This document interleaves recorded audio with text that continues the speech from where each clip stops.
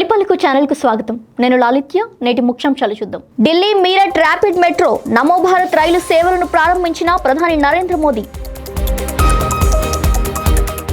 AI summit లో భారత్ ఆవిష్కరణలు ప్రపంచానికి స్ఫూర్తి. 131వ మన్ కీ బాత్ లో ప్రధాని మోదీ ప్రశంసలు.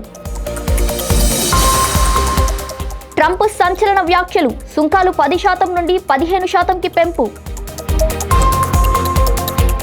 ప్రపంచ వేదికపై నిరసన, దేశానికి అవమానం. అఖిలేష్ యాదవ్ ఆగ్రహం.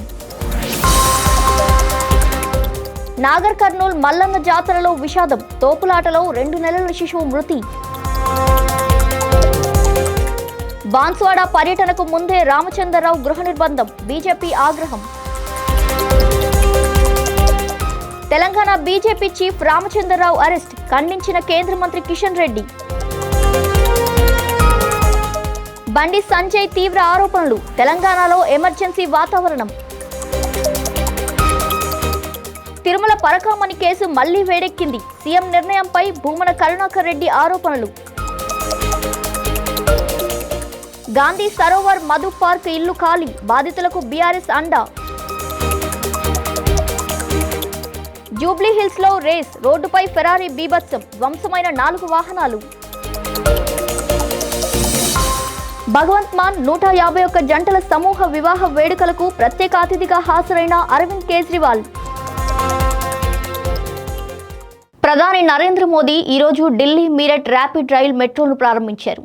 ఈ మెట్రో 180 కిలోమీటర్ల వేగంతో నడుస్తూ 55 నిమిషాల్లో 82 కిలోమీటర్ల దూరాన్ని కవర్ చేస్తుంది. 30,000 కోట్ల రూపాయలతో నిర్మించిన ఈ ప్రతిష్టాత్మక మెట్రో రైలు గాజియాబాద్, మీరట్ మధ్య రాకపోకలు సులభతరం చేస్తుంది.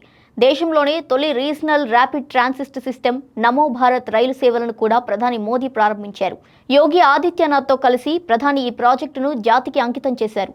మెట్రో రైలు ప్రారంభం భారత రవాణా రంగంలో సరికొత్త అధ్యాయాన్ని చాటుతుంది. ప్రధాని నరేంద్ర మోదీ ఈరోజు 131వ మన్ కీ బాత్ కార్యక్రమంలో భారత్ విజయవంతంగా నిర్వహించిన ఏఐ ఇంపాక్ట్ సమ్మిట్ ను ప్రపంచ దేశాలు ప్రశంసించినట్టు తెలిపారు. జంతువుల చికిత్స, ట్రాకింగ్ లో ఏఐ వినియోగించడం, పురాతన భారత జ్ఞానాన్ని రక్షించడంలో ఏఐ వినియోగం వంటి భారత ఆవిష్కరణలు ప్రత్యేకంగా ప్రపంచ నేతలను ఆశ్చర్యపరిచాయని తెలిపారు.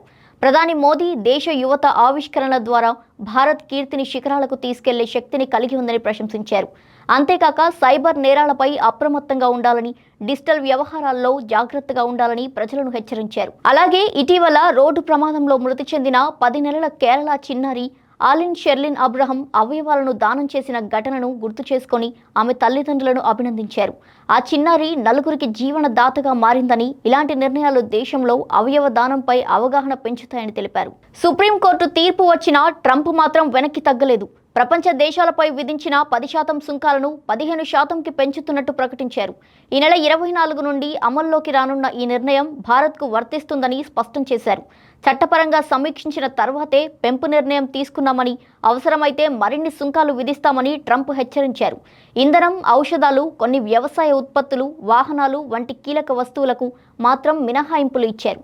భారత్ అమెరికాకు సుంకాలు చెల్లిస్తుందని, తాము చెల్లించబోమని పేర్కొంటూ ప్రధాని తెలివైన నాయకుడని ప్రశంసిస్తూ భారత్తో ఒప్పందం పారదర్శకమని ట్రంప్ వెల్లడించారు. దేశ రాజధానిలో జరిగిన ఏఐ ఇంపాక్ట్ సమ్మిట్ 2026లో యూత్ కాంగ్రెస్ అర్ధనగ్న నిరసనపై రాజకీయ దుమారం రేగింది.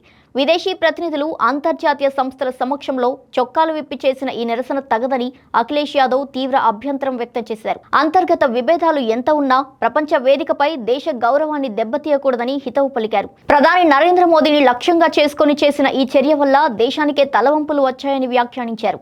మిత్రపక్షమైన సమాజ్వాదీ పార్టీ నుంచే విమర్శలు రావడం రాజకీయ వర్గాల్లో చర్చనీయాంశంగా మారింది. నాగర్ కర్నూల్ జిల్లా కుమ్మైరా గ్రామంలో మల్లన్న జాతర సందర్భంగా జరిగిన ఘటన తీవ్ర విషాదానికి దారితీసింది.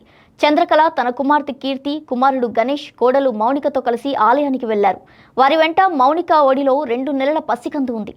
జాతరలో రద్దీ కారణంగా క్యూ లైన్ల వద్ద భక్తుల తాకిడి పెరిగింది. ఆలయ ప్రవేశం వద్ద జరిగిన వాగ్వాదం తోపులాటకు దారితీసింది. ఈ క్రమంలో జరిగిన దాడిలో కాంగ్రెస్ సర్పంచ్, అగ్రనాయకుల దాడి ఆరోపణల మధ్య చిన్నారి తీవ్రంగా గాయపడి మృతి చెందినట్టు కుటుంబ సభ్యులు ఆరోపిస్తున్నారు. చిన్నారి మృతదేహంతో కుటుంబ సభ్యులు జిల్లా కేంద్రంలోని ప్రభుత్వ ఆసుపత్రి ముందు నిరసనకు దిగారు. బాధ్యులపై చర్యలు తీసుకోవాలని డిమాండ్ చేస్తూ రోడ్డుపై బైఠాయించడంతో ట్రాఫిక్కు అంతరాయం ఏర్పడింది. పోలీసులు సంఘటనా స్థలానికి చేరుకుని పరిస్థితిని అదుపులోకి తీసుకుని దర్యాప్తు చేపట్టారు. కుల వివక్షతో నిరుపేద రజక కుటుంబంపై జరిగిన దాడిలో పసిపాప మరణించడం అమానుషమని తెలంగాణ జాగృతి తీవ్రంగా ఖండిస్తుందని కవిత పేర్కొన్నారు. వారికి ఆమె అండగా ఉంటానని హామీ ఇచ్చారు. బాన్స్వాడ కామారెడ్డి పర్యటనకు సిద్ధమైన బీజేపీ రాష్ట్ర అధ్యక్షుడు ఎన్ రామచంద్రరావును పోలీసులు తార్నాకలోని నివాసంలో గృహ నిర్బంధం చేయడం ఉద్రిక్తతకు దారితీసింది. పర్మిషన్ లేదని పేర్కొంటూ కామారెడ్డి వెళ్లేందుకు బయలుదేరిన ఆయనను అడ్డుకోవడంతో కార్యకర్తలు భారీగా చేరుకున్నారు. అరెస్టులతో ఆపలేరు, నిర్బంధాలతో అడ్డుకోలేరని రామచంద్రరావు స్పష్టం చేస్తూ ప్రజల సమస్యలపై మాట్లాడే గొంతుకను అడ్డుకోవడం ప్రజాస్వామ్యానికే అవమానకరమన్నారు. ఇది రేవంత్ రెడ్డి ప్రభుత్వం భయానికి నిదర్శనమని బీజేపీ విమర్శించింది. చివరకు రామచంద్రరావుతో పాటు పలువురు కార్యకర్తలను పోలీసులు అదుపులోకి తీసుకున్నారు. కామారెడ్డిలో నెలకొన్న ఉద్రిక్త పరిస్థితులపై కేంద్ర మంత్రి కిషన్ రెడ్డి ఆందోళన వ్యక్తం చేశారు. తెలంగాణ ప్రభుత్వం ప్రజాస్వామ్యాన్ని దెబ్బతీస్తుందని, ఎమ్మెల్యే వెంకటరమణారెడ్డిపై కక్ష సాధింపు చర్యలు తీసుకుంటున్నారని విమర్శించారు. కాంగ్రెస్ ప్రభుత్వం ప్రతీకార రాజకీయాలు చేస్తుందని గుర్తు చేశారు. కామారెడ్డి డిగ్రీ కాలేజ్ భూముల వివాదం ఈ ఉద్రిక్తతకు కారణమని కిషన్ రెడ్డి తెలిపారు. మున్సిపల్ చైర్మన్ ఎన్నికల తర్వాత ప్రభుత్వ సలహాదారు షబ్బీర్ అలీ సమావేశంలో ఎమ్మెల్యే వెంకటరమణారెడ్డి, ఆయన తండ్రి స్థానిక ప్రభుత్వ డిగ్రీ కాలేజ్ భూములను అరోరా కాలేజ్కు కట్టబెట్టారని ఆరోపించారు. పార్టీలు నిరూపణ చేయాలని డిమాండ్ చేయడం వల్ల వివాదం మరింత రాజుకుంది. తెలంగాణలో కాంగ్రెస్ ప్రభుత్వ పాలన అమల్లోకి వచ్చిన తర్వాత రౌడీ రాజ్యం నడుస్తుందని కేంద్ర హోంశాఖ సహాయ మంత్రి బండి సంజయ్ తీవ్రంగా విమర్శించారు. రాష్ట్రంలో ఎమర్జెన్సీ రోజులు మళ్లీ పునరావృతం అవుతున్నాయని, ప్రశ్నించే వారిపై దాడులు జరుగుతున్నాయని ఆయన ఆరోపించారు. ఏఐఎంఐఎం కాంగ్రెస్ కలిసి అరాచకాలకు పాల్పడుతున్నాయని, ఎంఐఎంను కాపాడడానికి కాంగ్రెస్ ప్రయత్నిస్తుందని ఫైర్ అయ్యారు. కామారెడ్డిలో జరిగిన ఘటనలకు కాంగ్రెసే కారణమని, బీజేపీ ఎమ్మెల్యే వెంకటరమణారెడ్డి ఇంటిపై దాడి చేయడం హేయనీయమైన చర్య అన్నారు. బాన్సువాడలో రాళ్ల దాడులు జరిగినా పోలీసులు చర్యలు తీసుకోలేదని ప్రశ్నించారు. దాదాపు 70 మంది భారతీయ జనతా పార్టీ కార్యకర్తలను అక్రమంగా అరెస్ట్ చేయడం, బీజేపీ రాష్ట్ర అధ్యక్షుడు రామచంద్రరావును అడ్డుకోవడం ప్రజాస్వామ్య విరుద్ధమని మండిపడ్డారు. రౌడీయిజాన్ని ఉపేక్షించబోమని, అరాచకాలకు తగిన సమాధానం ఇస్తామని బండి సంజయ్ హెచ్చరించారు. తిరుమల పరకామణి కేసులో మళ్లీ ఎఫ్ఐఆర్ నమోదు చేసేందుకు సీఎం నారా చంద్రబాబు నాయుడు నిర్ణయం తీసుకున్నారని టీటీడీ మాజీ చైర్మన్ భూమన కరుణాకర్ రెడ్డి ఆరోపించారు. ఈ కేసులో వైసీపీ నేతలను నిందితులుగా చేర్చేందుకు ఓ డీఎస్పీకి బాధ్యతలు అప్పగించారని, 2 రోజుల్లో టీటీడీతో మళ్లీ ఫిర్యాదు చేయించే ప్రయత్నం జరుగుతుందని చెప్పారు.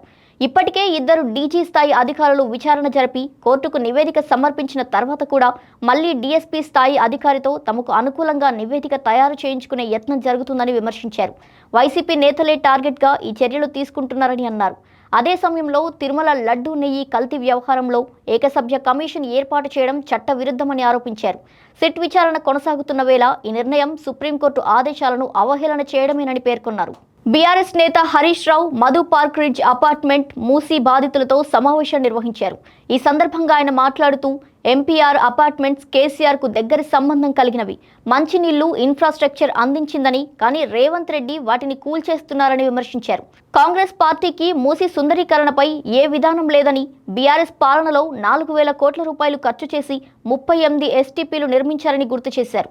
కేసీఆర్ కాళేశ్వరం నుంచి గోదావరి నీళ్లను మూసీలో కలపడానికి డీపీఆర్ తయారు చేశారు. అభివృద్ధిని అడ్డుకోలేదని, కానీ రియల్ ఎస్టేట్ వ్యాపారానికి అవకాశమని చెప్పారు. మూసీ డెవలప్మెంట్ జరగాలి, కానీ వారి ఇళ్లను తప్పనిసరిగా రక్షించాల్సిన అవసరం ఉందని విజ్ఞప్తి చేశారు.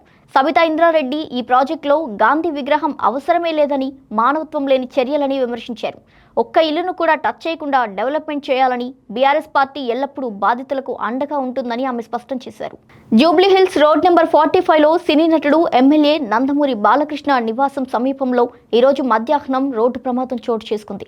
ఓ యువకుడు తన ఫెరారీ కారును అదుపు తప్పించి పక్క రోడ్డులోకి దూసుకెళ్లి వరుసగా ఉన్న బైక్లు, ఇతర కార్లను ఢీకొట్టడంతో సుమారు 4 వాహనాలు ధ్వంసమయ్యాయి. ఫెరారీలో ఉన్న యువకుడు, ఒక మహిళ ఎయిర్ బ్యాగ్ల కారణంగా స్వల్ప గాయాలతో సురక్షితంగా బయటపడ్డారు.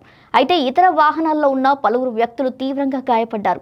స్థానికులు వెంటనే బాధితులను ఆసుపత్రికి తరలించారు. ప్రమాదంలో రోడ్డుపై వాహనాలు నిలిచిపోయి భారీ ట్రాఫిక్ జామ్ ఏర్పడింది. పోలీసులు క్రేన్ల సహాయంతో వాహనాలను తొలగించి ప్రమాదానికి కారణమైన యువకుడిని అదుపులోకి తీసుకున్నారు. ఈ ఘటనపై కేసు నమోదు చేసి దర్యాప్తు కొనసాగిస్తున్నారు. ఆప్ జాతీయ అధ్యక్షుడు అరవింద్ కేజ్రీవాల్, పంజాబ్ సీఎం భగవంత్ మాన్ మంతటా కోలి సమాజ సమూహ వివాహ కార్యక్రమానికి హాజరయ్యారు. ఈ సందర్భంలో కేజ్రీవాల్ మాట్లాడుతూ ఈరోజు 151 జంటలు ఒకేసారి వివాహం చేసుకుంటున్న సందర్భంగా పవిత్రమైన, ఆనందకరమైన రోజుగా అభివర్ణించారు. వివాహం జీవితాల్లో సంతోషాన్ని తెస్తుంది. ఇక్కడ 151 జంటలు వివాహ బంధంతో కొత్త జీవితంలోకి అడుగు పెడుతూ ఆనందాన్ని రెట్టింపు చేశాయని ఆయన పేర్కొన్నారు. నిర్వాహకులు రాజు సోలంకి, బ్రజ్రాజ్ సోలంకి ఈ కార్యక్రమాన్ని వైభవంగా నిర్వహించారని ఆయన అభినందించారు. ఇవి ఇవాల్టి బులెటిన్ డీటెయిల్స్. మరో బులెటిన్తో మళ్ళీ కలుద్దాం. చూస్తూనే ఉండండి తొలి పలుకు న్యూస్.